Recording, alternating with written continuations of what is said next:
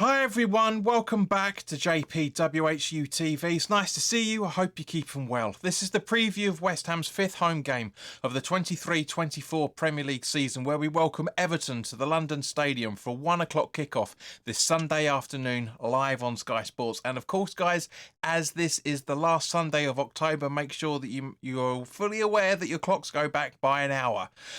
As always, guys, this video is sponsored by the channel sponsor, 3retro.com. Please click the link in the description below that will take you directly through to the West Ham section of their website. But as you can see from the icon that's up here, there's also retro Everton gear in there, as well as track jackets, polo shirts, sweatshirts and t-shirts, so go check those out.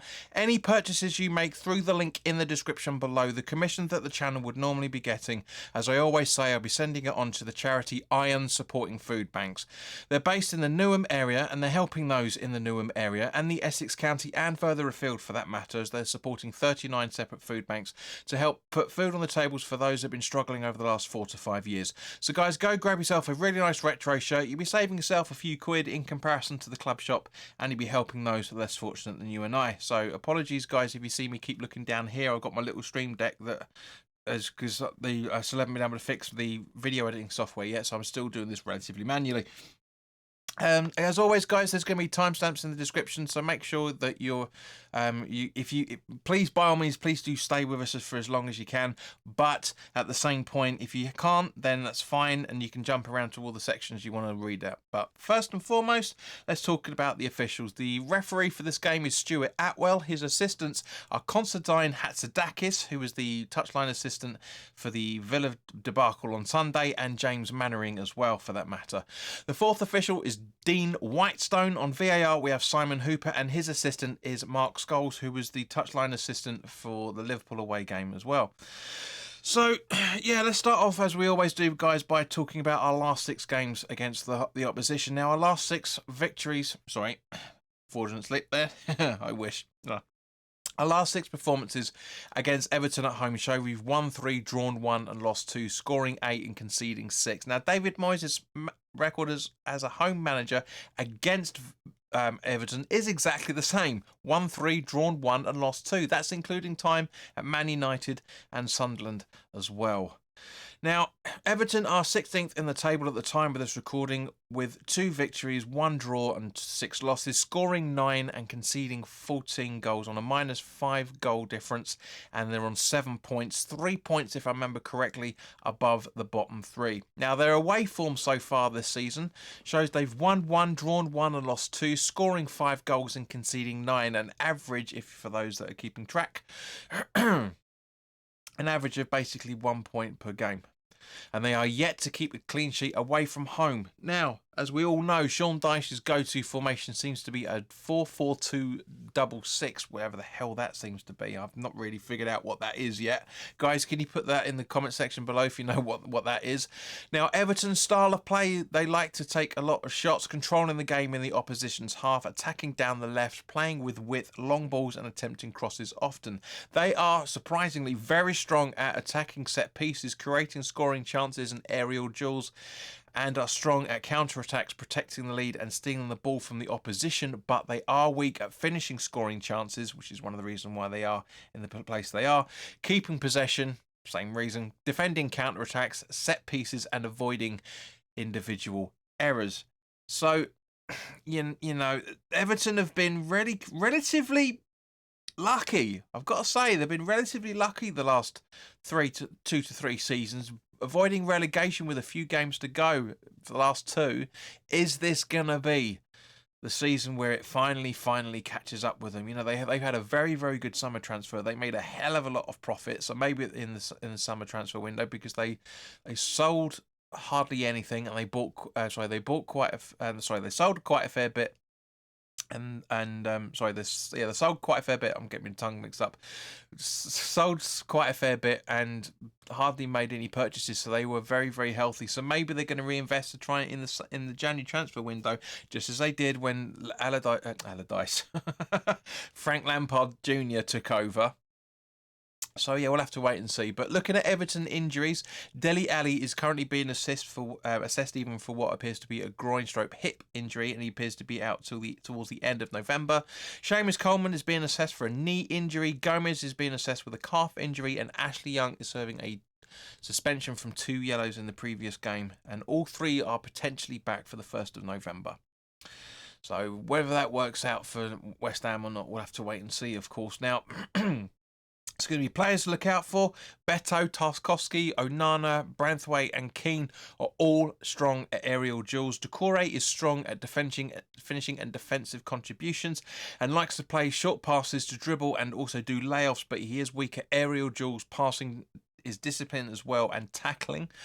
Pickford is weak at catching crosses and discipline, so in terms of that, we need to be doing quite a lot of set piece deliveries in or long balls into the box to try and just confuse him for that lack of no daisy cutters, please, West Ham. Calvert-Lewin is very strong at aerial duels. He likes to do flick-ons, layoffs, but he is weak at holding on to the ball, passing and his defensive contributions, and he is very weak at his offside awareness. So again, something I do think we can be exploiting. Now, their highest goal scorer away from home is no surprise Doucouré with two goals, and their highest assisters are McNeil, Garner, Tarkowski, and Patterson, all with 1 assist each. Now, other players that I'm going to be kind of looking at, Milenko? Milkolenko, or I don't know. At the end of the day, guys, hardly anyone's watching these previews, so who gives a fuck? Milenko is strong at ball interceptions and blocking the ball, but he is weak at passing. Guys, if there's any Everton fans out there, genuinely tell me phonetically how to pronounce his name. McNeil is very strong at crossing, taking set pieces, tackling and defensive contributions. He likes to play cross long balls and to tackle and shoot from distance, and he is also strong at creating long shots, key passes and dribbling as well. So, turning to West Ham now, guys, I have got to say I'm a little bit nervous for us going into this game. Not just because of the result against Villa over the weekend, but also I wasn't able to watch the majority of the Olympiacos game. I caught the last 15-20 minutes. So, I'm glad I missed most of it because it appeared awful. From what I was reading and conversations with friends while I was on my way home from work, it appears that we weren't exactly at the races. So that's 2 games now. That's why I'm a little bit worried. I mean, don't get me wrong, when it comes to Olympiacos, the Europa League, I'm very happy. We're top of the table still, 2 wins and 1 loss. It's a shame that our longest running streak of being undefeated in Europe is finally over. But guys, we knew this was going to come over at some point. We really did. Now, looking at injuries, Fabianski was out of the starting 11 the squad, I should say, for last night's defeat against Olympiacos. What appears to be a knock again. Creswell and Johnson have returned to training, but I'm not sure 100% from what I'm reading that Creswell's actually going to be fit enough. He seems to be fitter than Johnson, but neither seem to be closer to a return as yet. Emerson is suspended for this game as he's previously picked up 5 yellows, so it looks like it's either going to be a makeshift left back, possibly 3 at the back with wing backs, or maybe Creswell at left back. I'm not 100% sure. And to be honest with you, bearing in mind all of the debacle that was going on with